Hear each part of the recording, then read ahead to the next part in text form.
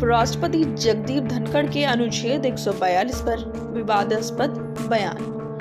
नमस्ते, आप देख रहे हैं सक्रिय भारत, जहां हम आपके लिए लाते हैं ताज़ा और निष्पक्ष खबरें। आज हम बात करेंगे एक ऐसे विवाद की जो भारतीय संविधान के अनुच्छेद 142 और उपराष्ट्रपति जगदीप धनखड़ के हालिया बयानों को लेकर सुर्खियों में है। धनखड़ जी ने सुप्रीम कोर्ट के फैसले और अनुच्छेद 142 को लोकतंत्र के खिलाफ न्यूक्लियर मिसाइल करार दिया है।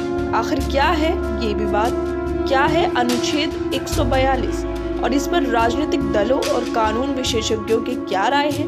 आइए इसकी गहराई में जाकर तथ्यों को उजागर करते हैं। 17 अप्रैल 2025 को उपराष्ट्रपति जगदीप धनखड़ ने राज्यसभा परिसदस्यों को संबोधित करते हुए सुप्रीम कोर्ट के एक हालिया फैसले पर गहरी चिंता जताई थी।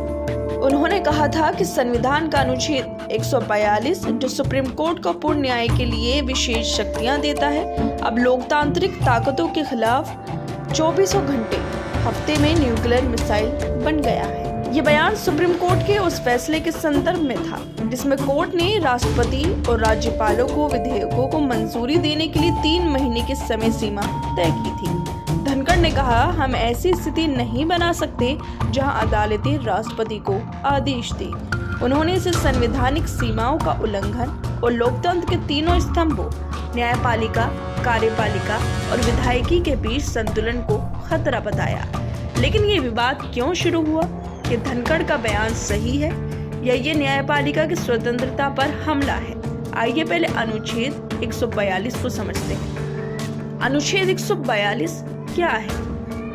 भारतीय संविधान का अनुच्छेद 142 सुप्रीम कोर्ट को विशेष शक्तियां देता है। इसके तहत कोर्ट किसी भी मामले में पूर्ण न्याय सुनिश्चित करने के लिए कोई भी आदेश, डिक्री या निर्देश जारी कर सकता है, भले ही वो मौजूदा कानूनों से बाहर हो। इसका उद्देश्य उन मामलों में न्याय सुनिश्चित करना है जहां सामान्य कानून पर्याप्त नहीं होते। उदाहरण के लिए 2019 में अयोध्या राम मंदिर मामले में सुप्रीम कोर्ट ने अनुच्छेद 142 का उपयोग कर हिंदू पक्ष को विवादित जमीन दी और मुस्लिम पक्ष को वैकल्पिक 5 एकड़ जमीन देने का आदेश दिया। इसी तरह सहारा सेवी केस में निवेशकों को पैसा वापस दिलाने और ताजमहल की सफाई जैसे मामलों में भी इस अनुच्छेद का उपयोग हुआ है। हालांकि धनखड़ का कहना है कि इस शक्ति का दुरुपयोग हो रहा है, खासकर जब कोर्ट राष्ट्रपति या राज्यपाल जैसे संवैधानिक पदों पर निर्देश देता है। तो क्या ये शक्ति बाकी लोकतंत्र के लिए खतरा है? राजनीतिक दलों की इस पर क्या प्रतिक्रियाएं हैं? धनखड़ के बयान ने राजनीतिक हलकों में हलचल मचा दी है। विपक्षी दलों ने इसे न्यायपालिका की स्वतंत्रता पर हमला करार दिया है। कांग्रेस ने कहा है कि अनुच्छेद 142 की भूमिका कई बार सुप्रीम कोर्ट द्वारा स्पष्ट की जा चुकी है और इसे बदलने की कोई जरूरत नहीं है। उन्होंने धनखड़ के बयान को न्यायपालिका को कमजोर करने की कोशिश बताया है।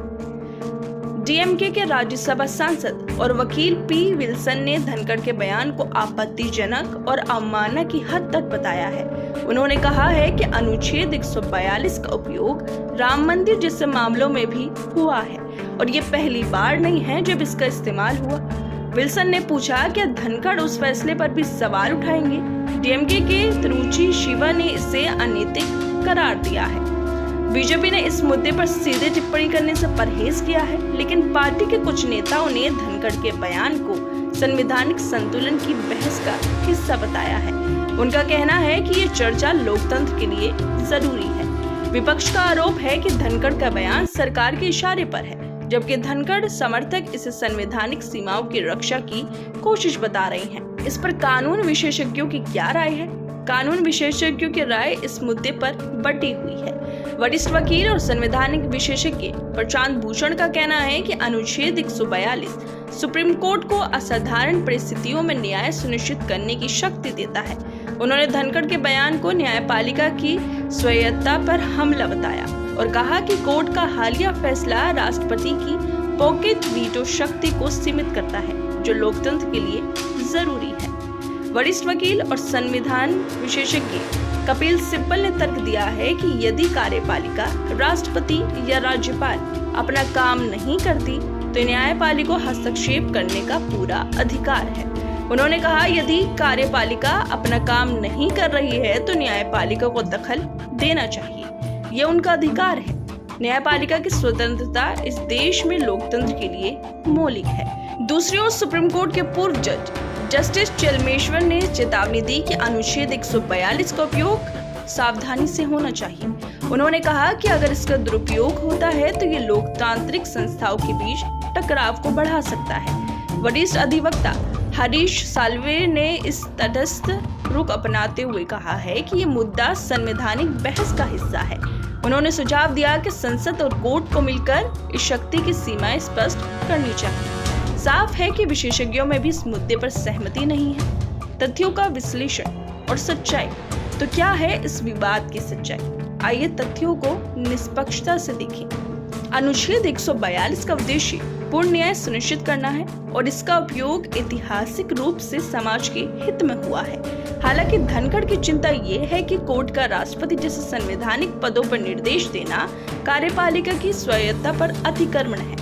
दूसरा, सुप्रीम कोर्ट का हालिया फैसला तमिलनाडु सरकार बनाम राज्यपाल विवाद से जुड़ा है, जहाँ कोर्ट ने कहा कि राष्ट्रपति को विधेयकों पर 3 महीने में फैसला लेना होगा। ये फैसला पॉकेट वीटो की शक्ति को सीमित करता है, जिसके तहत राष्ट्रपति विधेयकों को अनिश्चित काल तक लटका सकते हैं। तीसरा, धनखड़ का बयान संवैधानिक है या नहीं, ये बहस का विषय है। कुछ विशेषज्ञ इसे अभिव्यक्ति की स्वतंत्रता का हिस्सा मानते हैं, जबकि विपक्ष इसे न्यायपालिका की अवमानना की सीमा तक ले जाता है। हमारा विश्लेषण कहता है कि अनुच्छेद 142 एक दोधारी तलवार है। ये न्याय के लिए जरूरी है, लेकिन इसका उपयोग संतुलित और पारदर्शी होना चाहिए। साथ ही धनखड़ का बयान एक जरूरी बहस को जन्म देता है कि क्या न्यायपालिका, कार्यपालिका और विधायिकी अपनी सीमाओं का उल्लंघन कर रही है। समापन। उपराष्ट्रपति जगदीप धनखड़ का बयान और अनुच्छेद 142 को लेकर चल रहा विवाद भारत के लोकतंत्र के लिए एक महत्वपूर्ण मोड़ है। यह हमें याद दिलाता है कि लोकतंत्र के तीनों स्तंभों न्यायपालिका, कार्यपालिका और विधायिकी के बीच संतुलन कितना जरूरी है। क्या ये विवाद एक स्वस्थ संवैधानिक बहस की शुरुआत है या ये संस्थाओं के बीच टकराव को बढ़ाएगा? ये समय बताएगा। आप इस मुद्दे पर क्या सोचते हैं, हमें कमेंट्स में बताएं। अधिक निष्पक्ष और तथ्य आधारित खबरों के लिए सक्रिय भारत के साथ बने रहें।